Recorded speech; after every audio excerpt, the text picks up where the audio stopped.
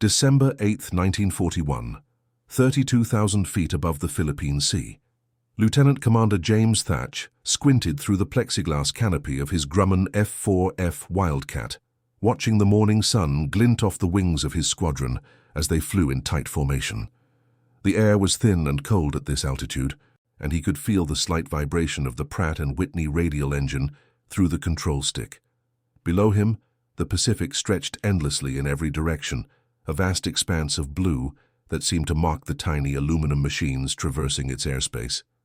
He believed, like everyone in the Navy, that American pilots flying American planes would handle whatever came their way through superior skill and determination. He had no idea how catastrophically wrong that assumption would prove to be. Before we dive into this story, make sure to subscribe to the channel and tell me in the comments where you're watching from. It really helps support the channel.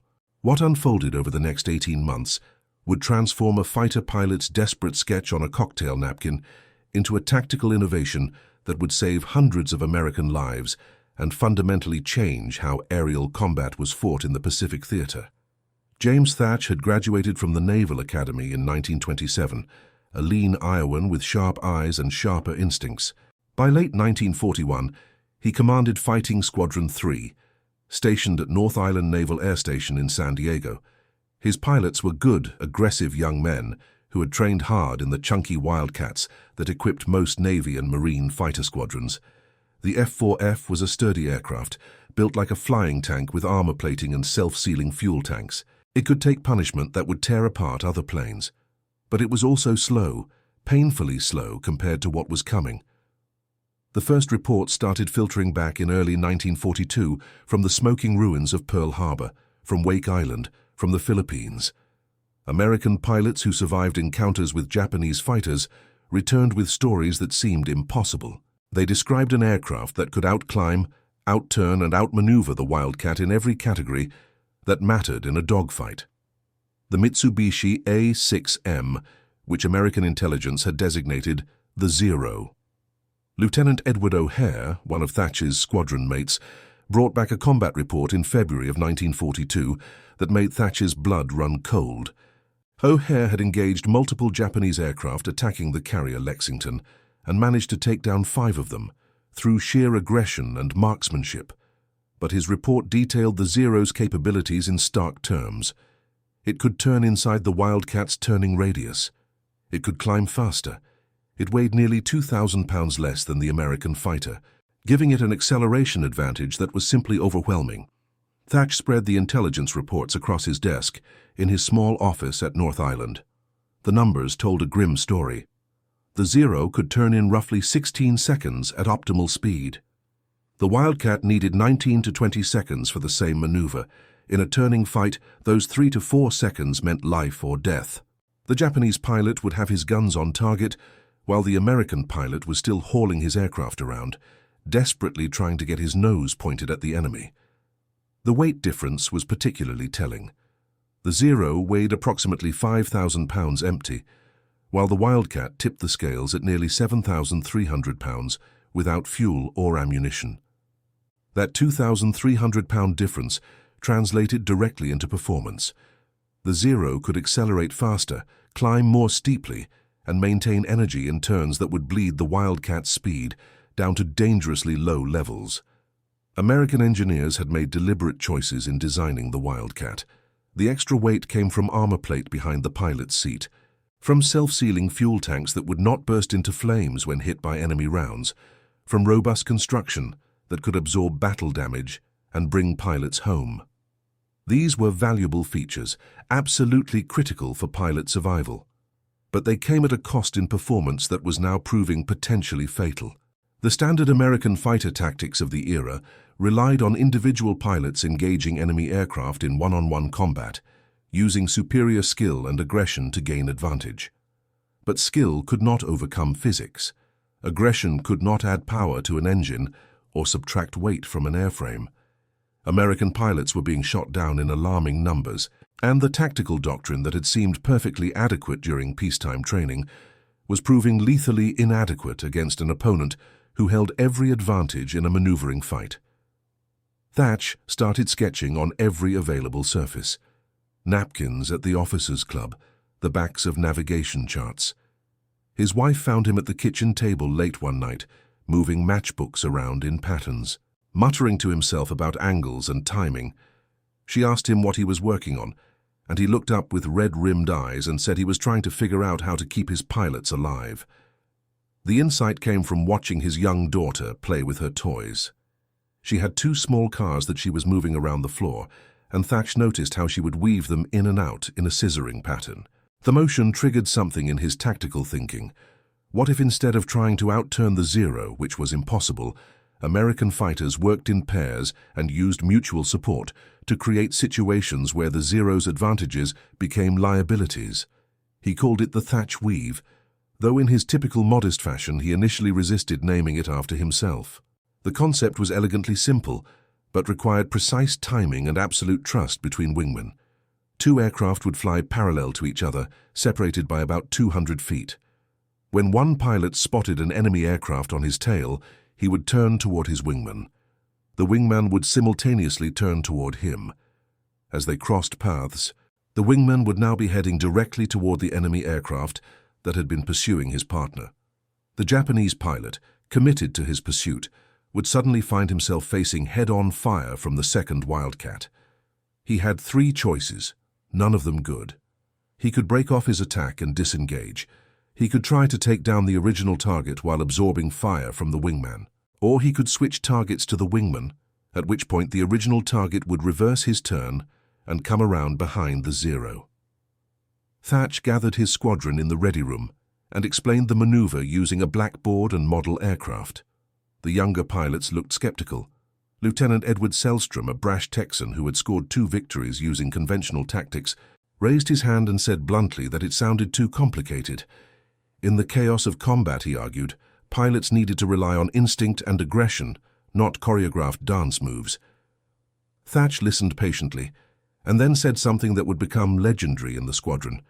He told them that yes, it was complicated, yes, it required discipline and mutual trust, and yes, it went against every instinct that told a fighter pilot to charge in alone and take down the enemy through individual skill. But the alternative was dying in large numbers against an aircraft that was simply superior in a turning fight. He gave them a choice: learn the weave or keep fighting the way they had been and accept the casualties that came with it. They started practicing the next day.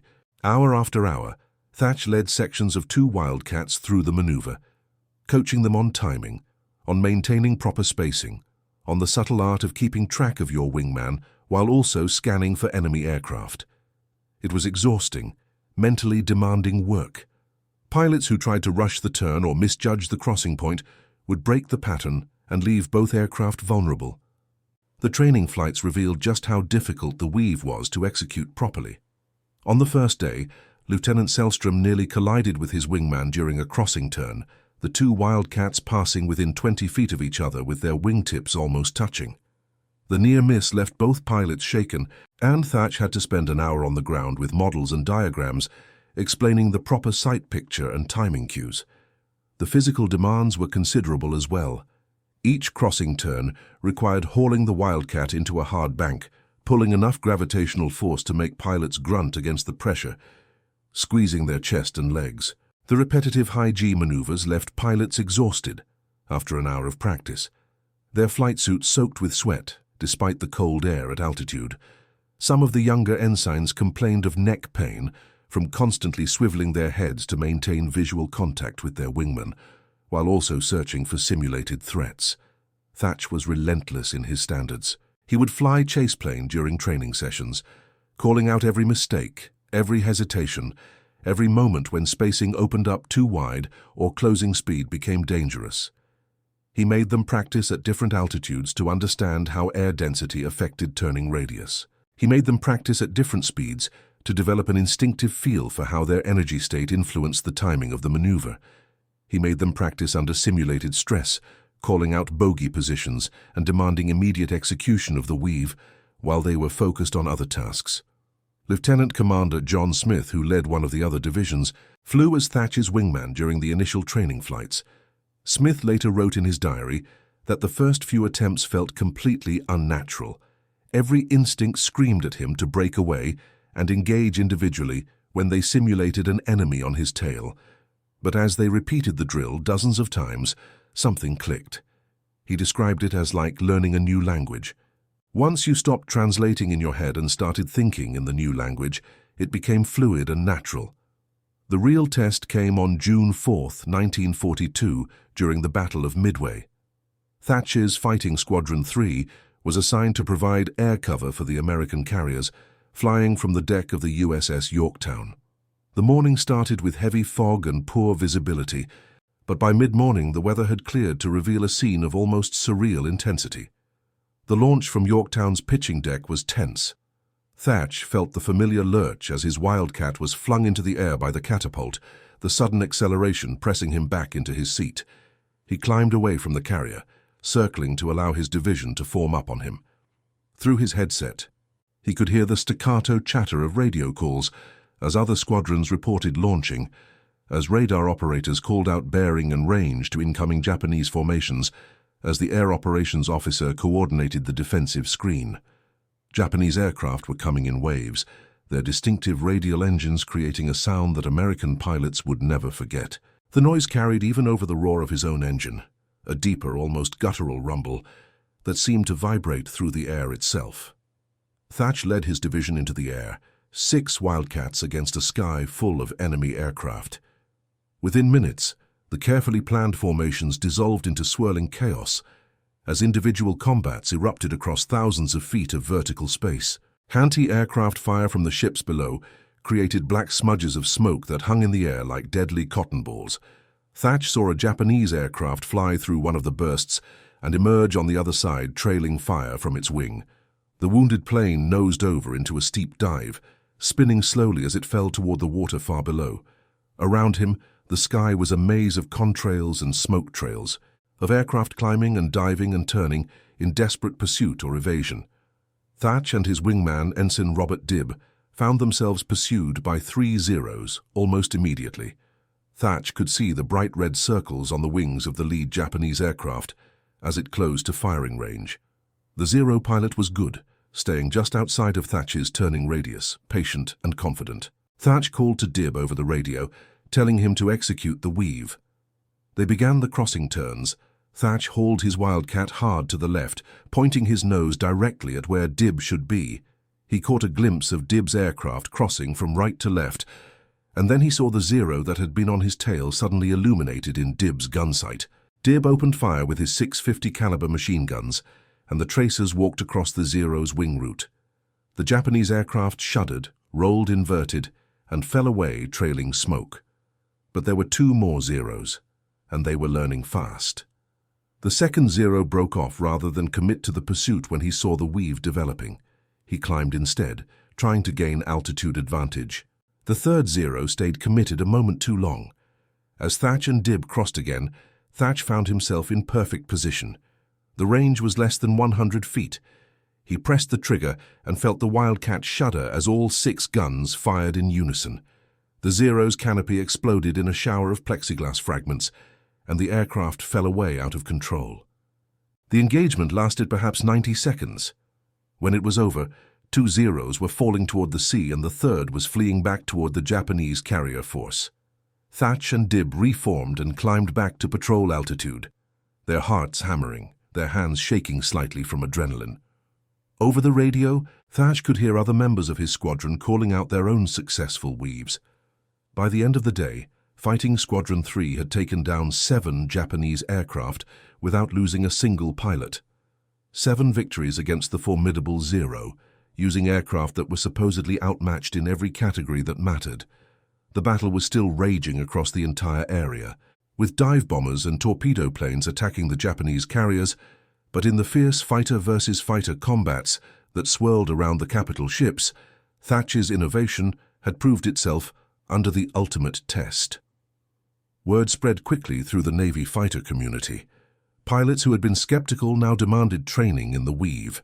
The tactic was filmed for training purposes, with camera planes capturing Wildcats, executing the crossing turns against simulated attacks. The footage was distributed to every carrier in the Pacific Fleet. Squadron commanders who had initially dismissed the weave as too complicated now made it mandatory training for all their pilots. The transformation was remarkable to witness. Ensign Charles Dowden, who had arrived in the Pacific in July of 1942, later wrote detailed letters home describing his training in the weave. He described how his instructor, a veteran of Midway, had impressed upon him that the maneuver was not just a tactic, but a philosophy of mutual dependence. Dowden wrote that his wingman was not just another pilot flying nearby, but a partner whose survival depended on Dowden's precision and discipline, just as Dowden's survival depended on his wingman. The training methodology evolved rapidly as more squadrons adopted the weave. Instructors developed specific drills to build the necessary skills progressively.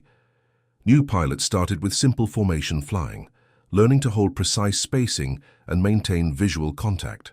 They progressed to coordinated turns, both pilots initiating their maneuvers simultaneously on radio call. Only after demonstrating proficiency in these fundamentals were they allowed to practice the full weave against simulated attacks. Squadron ready rooms became classrooms where pilots endlessly debated the fine points of execution, how much separation was optimal. The initial recommendation of 200 feet proved too wide for some situations and too narrow for others. Pilots experimented with different spacing based on their altitude and speed. They discovered that the weave could be compressed or expanded, depending on the threat and the tactical situation, but that any variation required clear communication and mutual understanding between the two pilots involved. Lieutenant Commander Edward Butch O'Hare, who had returned from his own heroic defense of the Lexington, flew with Thatch several times to master the technique. O'Hare told Thatch over drinks one evening that the weave had fundamentally changed his thinking about aerial combat. It was not about individual heroics anymore. It was about creating situations where teamwork and tactics could overcome raw performance advantages. O'Hare described a recent engagement where he and his wingman had held off 5 Japanese aircraft using the weave, neither American pilot firing more than a few bursts, but the defensive pattern forcing the attackers to break off again and again without achieving firing position. The Japanese noticed the change. Intelligence reports captured later in the war showed that Japanese fighter pilots began filing complaints about American fighters that no longer tried to turn with the zero, but instead flew in tight pairs that made isolated attacks extremely dangerous. Some Japanese pilots adapted by attacking in their own coordinated groups, trying to overwhelm the defensive weave through numbers. But this required a level of coordination and radio discipline that many Japanese squadrons lacked. The cultural difference in radio usage was significant. American pilots maintained constant radio communication during combat, calling out threats, coordinating maneuvers, and providing situational awareness to their wingmen. Japanese pilots, in contrast, typically maintained radio silence during combat, relying on hand signals and prior briefings to coordinate their actions. This cultural and doctrinal difference gave American pilots using the weave a substantial advantage in the fluid, chaotic environment of aerial combat. Additionally, the Japanese training pipeline was suffering from the accelerating attrition of experienced pilots. The pilots who encountered the weave in late 1942 and early 1943 were, on average, far less experienced than the veterans who had opened the war with such devastating effectiveness. These newer Japanese pilots lacked the judgment to recognize when they were being drawn into a defensive trap, and they paid for that inexperience with their lives. American intelligence analysts studied captured Japanese training documents and were surprised to find that there was virtually no mention of how to counter the coordinated defensive tactics being employed by American fighters. The Japanese training system remained focused on individual aerobatic skills and marksmanship, with little emphasis on tactical coordination. This institutional blindness to the changing nature of aerial combat contributed significantly to the declining effectiveness of Japanese air power as the war continued. The statistical impact was remarkable. In the first 6 months of 1942, before the widespread adoption of the Thatch weave, American fighter pilots achieved roughly a 1-to-1 kill ratio against Japanese fighters. For every 0 taken down, 1 American aircraft was lost. After the introduction and widespread training in the weave, that ratio shifted to approximately 3-to-1 in favor of the Americans by early 1943, and it continued to improve as pilots gained experience with the tactic. Thach himself continued to refine the maneuver based on combat experience. He introduced variations for 4 aircraft divisions, with 2 pairs weaving in coordinated patterns that created an almost impenetrable defensive screen. He developed training exercises that simulated different attack angles and speeds, drilling pilots, until the movements became instinctive. In September of 1942, Thach was promoted and given command of all fighter training for the Pacific Fleet. He used this position to ensure that every new pilot arriving in the theater spent weeks drilling on the weave before they ever saw combat. He personally flew training missions with dozens of young ensigns, patiently correcting their timing, their spacing, their radio discipline. One of those young pilots was Ensign Alexander Vraciu, who arrived in the Pacific in early 1943. Vraciu later recalled that Thach made them practice the weave until they could execute it in their sleep. He said Thach told them that the moment they forgot about the maneuver and started thinking they could outfly the Japanese through individual skill alone was the moment they would die. It was a harsh message, but it kept pilots alive. The weave was eventually adopted by the Army Air Forces as well, though they called it different names and modified it for their own aircraft and tactical situations. The fundamental principle remained the same. Mutual support and coordinated maneuvers could overcome individual performance disadvantages. As the war progressed and newer American fighters like the F-6F Hellcat and F-4U Corsair entered service, aircraft that could match or exceed the Zero's performance, the strict necessity of the weave diminished. But it remained standard doctrine because it had proven so effective. Even with superior aircraft, pilots flying in coordinated pairs using weave tactics achieved dramatically better results than those who reverted to individual combat. The Hellcat, which began reaching fleet squadrons in mid-1943, was a revelation. It was faster than the Zero, could dive faster without risk of structural failure, and carried heavier armament. But even with these advantages, squadron commanders insisted that pilots continue training in and using the weave. The tactic had become so ingrained in Navy fighter doctrine that it was considered fundamental, regardless of aircraft type. Interestingly, the weave proved adaptable to jets years later. When the Navy began transitioning to jet fighters in the late 1940s, instructors modified the basic principles of the weave for the higher speeds and different flight characteristics of jet aircraft.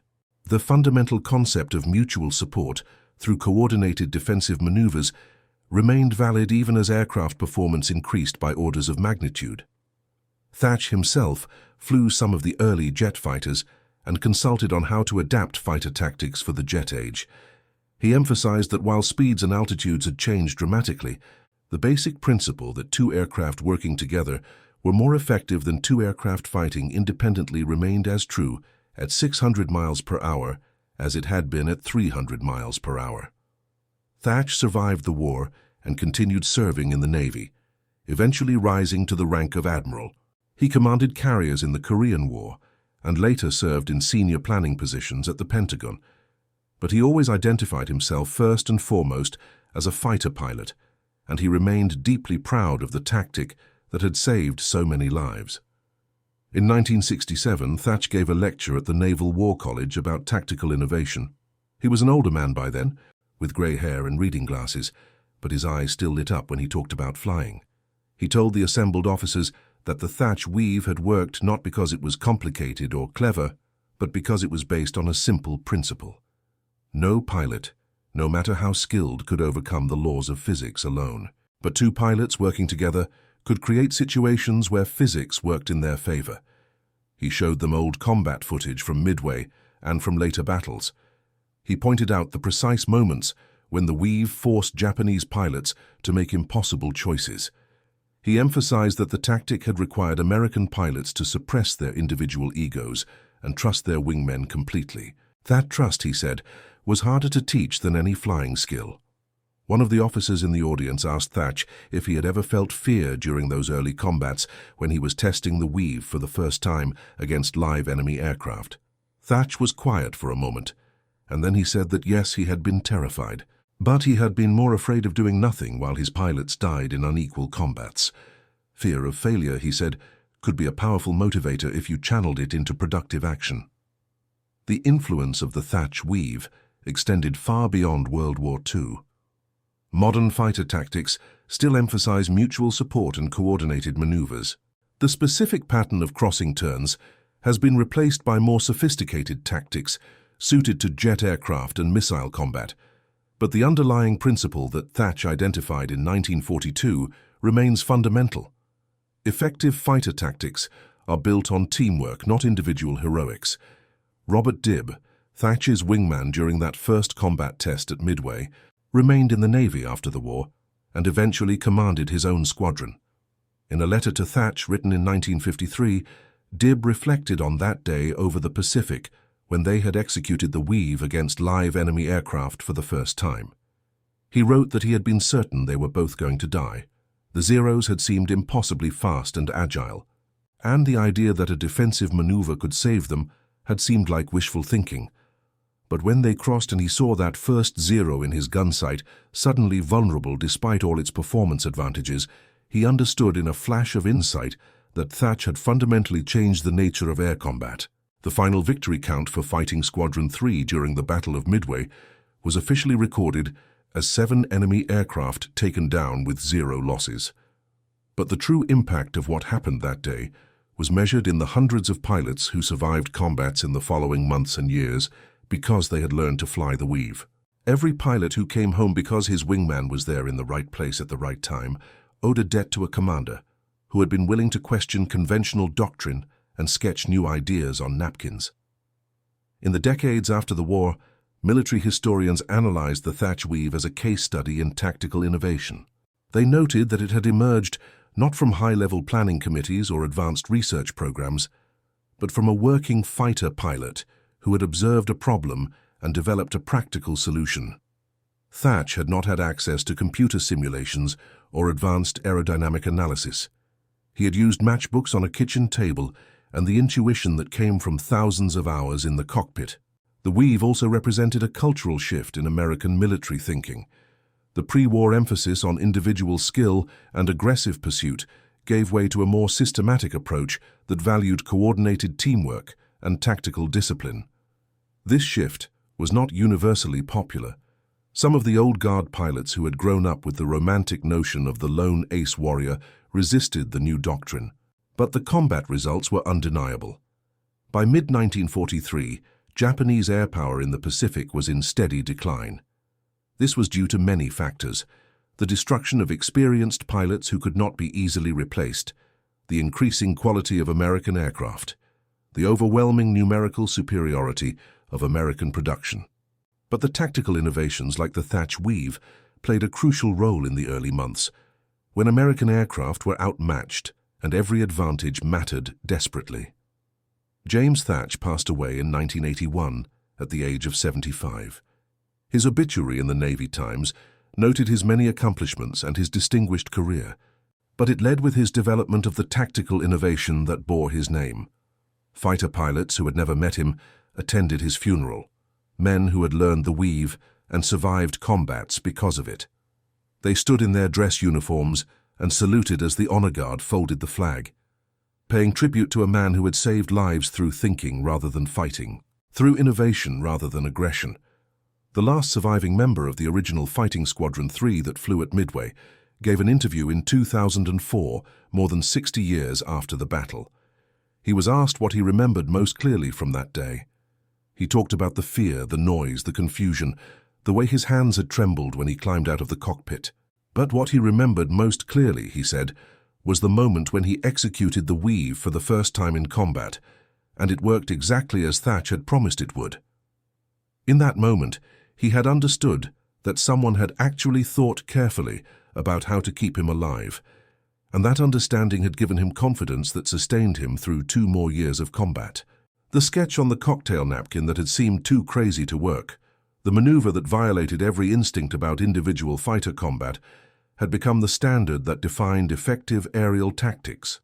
It saved hundreds of lives by the simple expedient of making teamwork more important than individual skill, by making coordination more valuable than raw performance, by proving that intelligence and innovation could overcome material disadvantage.